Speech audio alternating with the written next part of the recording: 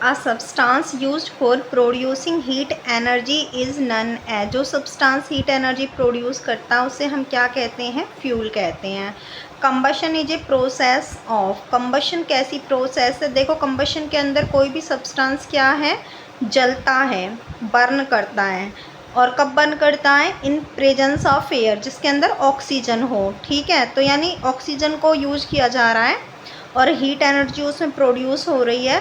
तो जिसमें oxygen use की जा रही है, ऑक्सीडेशन हो गया, तो कंबशन कैसी प्रोसेस है, ऑक्सीडेशन प्रोसेस है। Next, the temperature at which combustion takes place is called, ऐसा टेम्परेचर जिसमें कंबशन मतलब शुरू होता है, कंबशन होता है, उस टेम्परेचर को क्या कहते हैं, इग्निशन टेम्परेचर, यानी ज्वलन तापमान।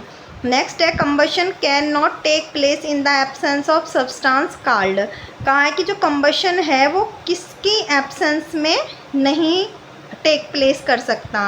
तो हमें पता है कि फायर के लिए कार्बन डाइऑक्साइड, वाटर, ये है सपोर्टर ऑफ कंबशन, कि सपोर्टर ऑफ कंबशन का होना बहुत ज़रूरी है, जिसके अंदर हम एयर या फिर ऑक्सीजन कहते हैं, ऑक्सीजन है सपोर्टर ऑफ कंबशन। तो combustion can not take place in absence of substance called, यहाँ हम ऑक्सीजन भी बोल सकते हैं और सपोर्टर ऑफ कंबशन भी बोल सकते हैं।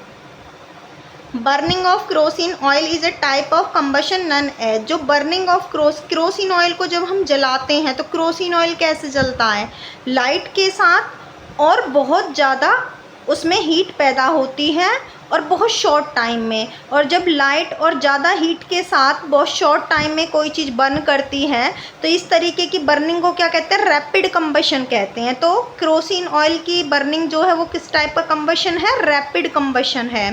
Name the direct source of energy of the universe, तो यूनिवर्स की डायरेक्ट एनर्जी का सोर्स क्या है हमारा, हमें पता है सन है, sun direct source of energy है यूनिवर्स का। Heating effect of sunlight is due to the presence of, sunlight का जो हीटिंग इफेक्ट है वो किसकी प्रेजेंस की वजह से होता है।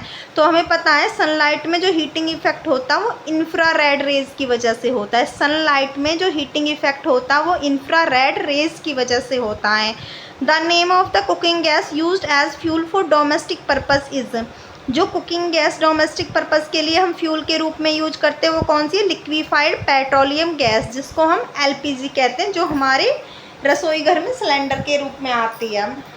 नेक्स्ट है, a solar cell produce electricity and takes the necessary energy from the, कि जो सोलर सेल है वो इलेक्ट्रिसिटी पैदा करता है और जो इलेक्ट्रिसिटी में चेंज होती है उसकी खुद की एनर्जी, तो वो कौन सी एनर्जी है जो इलेक्ट्रिसिटी में चेंज होती है, वो नेसेसरी एनर्जी उस सोलर सेल को कहाँ से मिलती है, सन से। सन की सोलर एनर्जी को सोलर सेल लेता है और उसे फिर चेंज कर देता है इलेक्ट्रिसिटी में।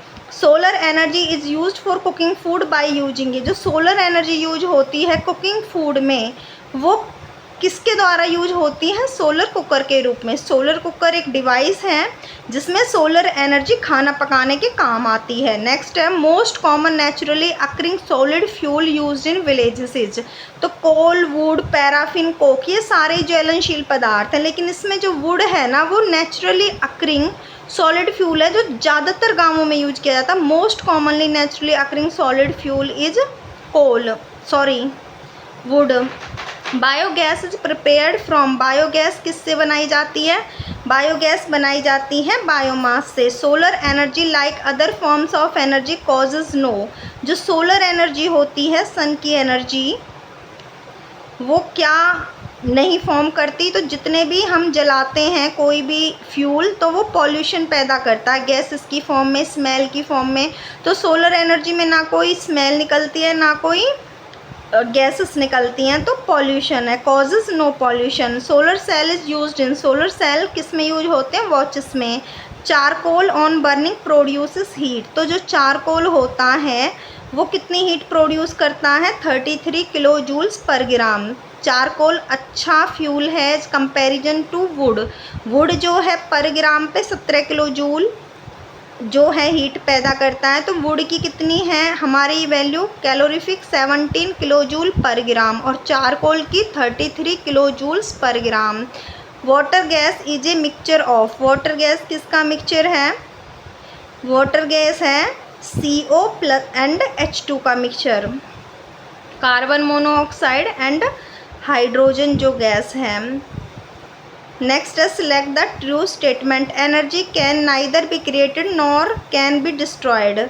तो यही सही है कि एनर्जी को ना तो क्रिएट कर सकते हैं ना ही डिस्ट्रॉय। कैन बी डिस्ट्रॉयड गलत, कैन बी क्रिएटेड गलत, नो इम्पोर्टेंस इन लाइफ ये भी गलत है। तो energy can neither be created nor can be destroyed. The main constituent of biogas, biogas का मेन कॉन्स्टिट्यूएंट कौन सा है? बायोगैस के अंदर हाइड्रोजन भी होती है, मीथेन भी, कार्बन डाइऑक्साइड भी और हाइड्रोजन सल्फाइड भी, लेकिन मेन कॉन्स्टिट्यूएंट क्या है इसका? मीथेन गैस है। Charcoal is prepared by, charcoal किससे प्रिपेयर किया जाता है? तो destructive distillation of would say, यानी एयर की एब्सेंस में जब हम वुड को जलाते हैं तो charcoal is prepared by destructive distillation of would.